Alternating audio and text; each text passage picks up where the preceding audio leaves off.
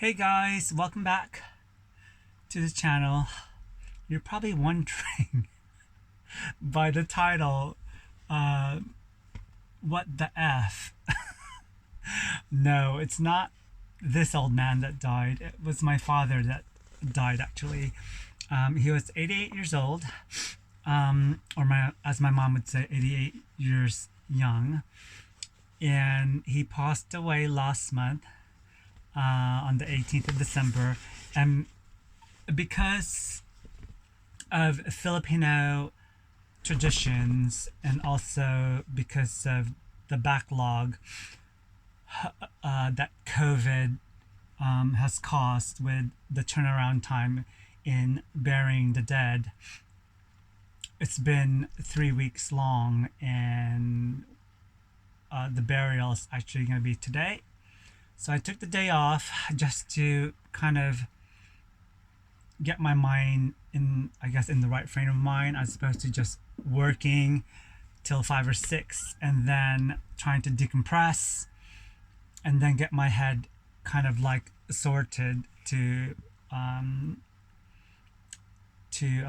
be in the right frame of mind to, I guess, to view the video. It's going to be streamed live via WhatsApp, I think.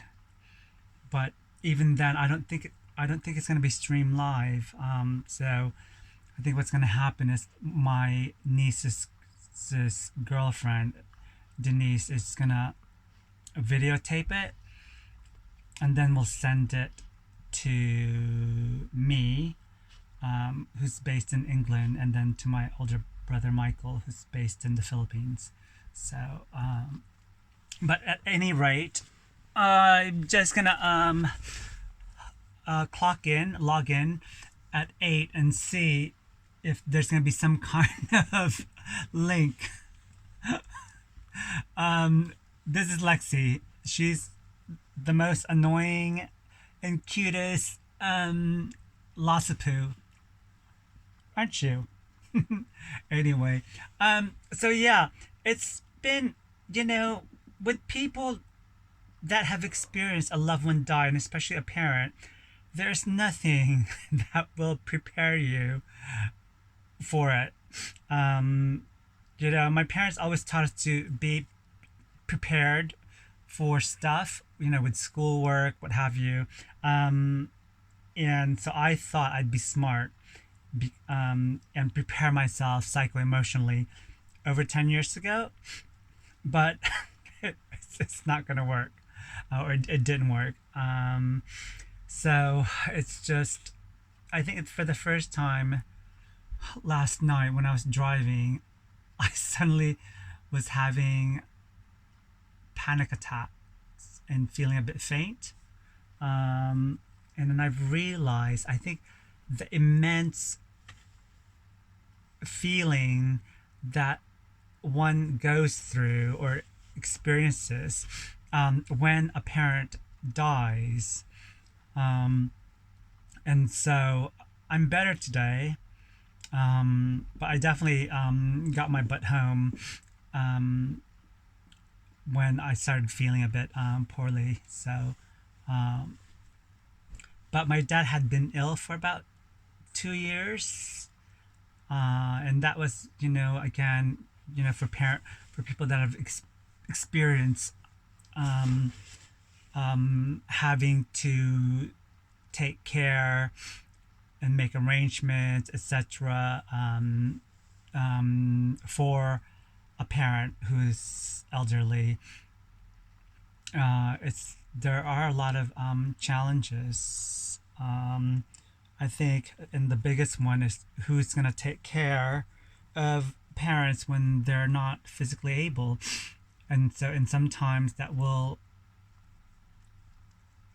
divide or strain sibling relationships, and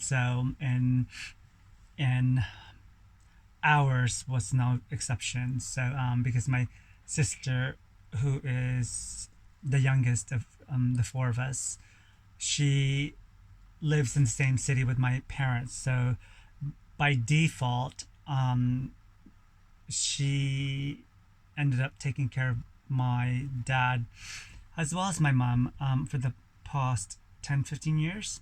So it is coming to 5 minutes, but I thought, something of this topic, it would be good just to not be time limited and people can switch off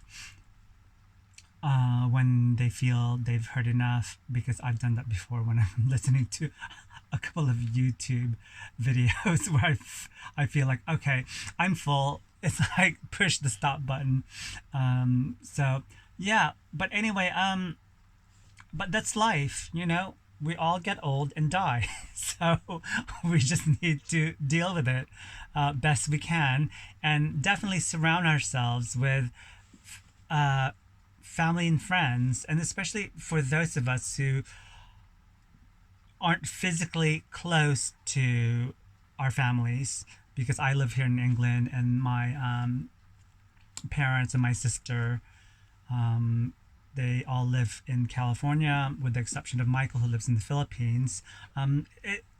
It's much, well, it is even more important to have people that are local to you to be there for you when you need them. So I have a lot of people checking up on me, saying, "How are you? Okay?" This and that, and yes, I'm just really, really thankful, really, that I have friends locally that will pick up the phone, as it were, when I just need to have a video chat about life in general, because you end up what ends up happening is when you do uh, video montage, literally and figuratively, of your loved one's life, from, well, it wasn't from birth, it was from when my parents got married in the 50s, to 2020. You can't help but also